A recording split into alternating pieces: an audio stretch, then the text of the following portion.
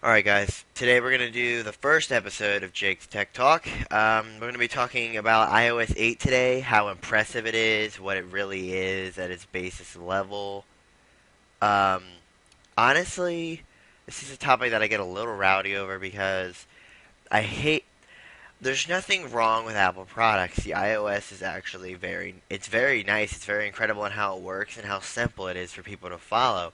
I just hate when stuff gets released and people overhype the absolute crap out of it to make it seem like it's some amazing event that is going to happen, and you're not going to notice that much of a difference.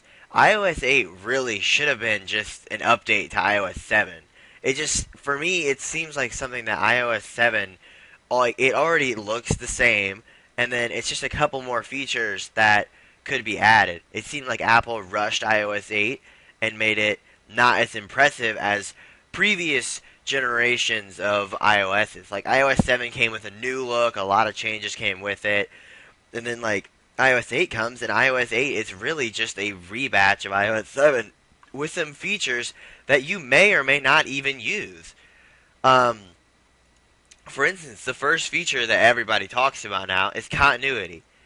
For me, I own a PC. We don't own a single Mac in my house, and I don't own an iPad. Continuity would affect me in literally zero way. So that if you're the same boat, continuity is completely useless.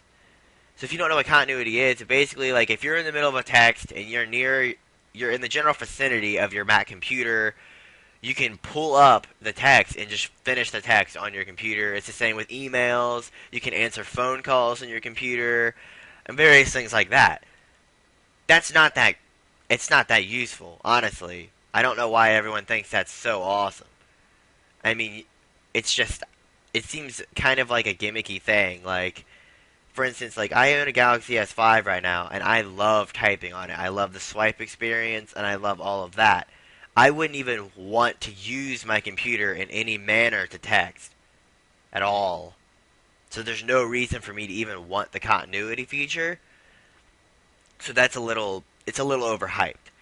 Another thing that is added in iOS 8, and I'll just be honest, way to steal something directly from Android and make it seem like it's your own.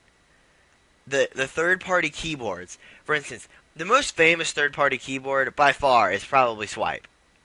People who own iPhones don't understand Swipe, but if you have an Android, you know exactly what Swipe is. Swipe is amazing.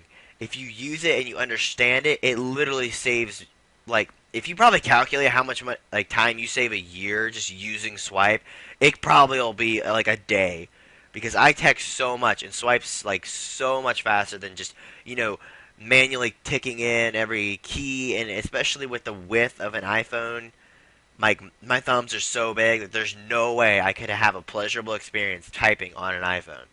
So Swipe is huge, and that is an Android feature. They're taking that from Android. Like they can't lie about that. So another thing, if someone gets hyped about Swipe coming to Apple, you if you had an Android, I mean Android's had that for like probably a couple more than 5 years probably. So it's like you're getting hyped over a feature that has been out forever, and your company was just too lazy or too uptight about their own operating system to ever implement it into their own. They Apple really just took a huge page out of Android's book, just straight out of Android's book for that. Um, there's various other things like the health app. Really, Apple? I understand you want to get into the health market, but the health market is completely dominated by S Health and Samsung right now. I mean, the Galaxy S5 has a heart rate sensor on, regardless of its usability or how well it works, which some people think it works like crap. I don't care how well it works. It's the features other than just that inside of Samsung's S Health is really it's useful. So the health app, I mean, I'll probably do the same thing. Again, it's not new. I mean, the only cool features that I think came out of this is when you swipe down the notification, how you can answer it directly there. I hate opening, like if I'm watching a YouTube video on, I mean, I'm not going to use my phone because I can technically multi-window it, But if you're on an Apple device and you get a text and you're watching a YouTube video, currently you just open the messaging app and you can't watch or listen to your YouTube video anymore. But now you can just swipe the notification bar down and answer in the notification bar while your YouTube video is still playing in the background. I love that feature. I really wish Android had something similar to that.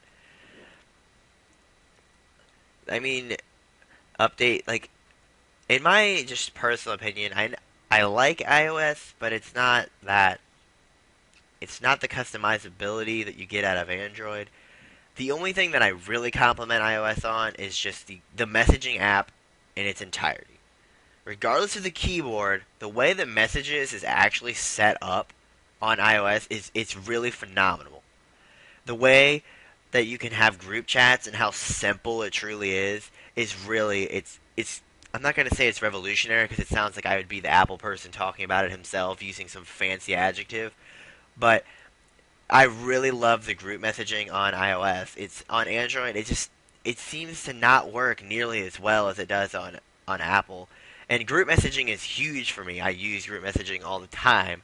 Google Hangouts kind of fixes a lot of the group messaging problems, but they're still just a lot more straightforward on Apple. And then now that you can name your group chat, you can add and cancel people from group chats in iOS. It's just they really revamped that app, and that was actually really good.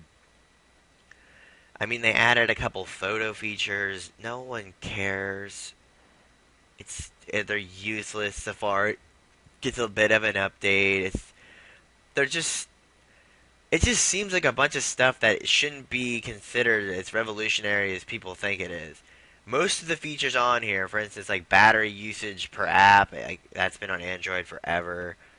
It's just like stuff is just it's being put on that's been out forever, and then people just get extremely hyped over it because it's Apple, because it's this name brand product that everybody thinks is amazing. And truthfully, they didn't do that much with iOS 8. It should have been a rebatch of iOS 7. So basically, that's what my tech talk of the day is. Sorry if you don't agree, but that's just basically what I think. Um, I don't know what the next tech talk will be about, but I am going to tell you that with hopefully next week, I will be getting a MacBook Pro with Retina. So I'd really love if you leave a like or a comment if you're excited for me to unbox that, and for me to, I'll probably try to get Yosemite on there, and I can do an actual on-hand review of how Yosemite works. So please subscribe for all future videos. There will be a ton of videos coming out. I have so much free time that they'll literally probably come out almost once a day or every other day. So thank you for watching, and please leave a like if you like the video.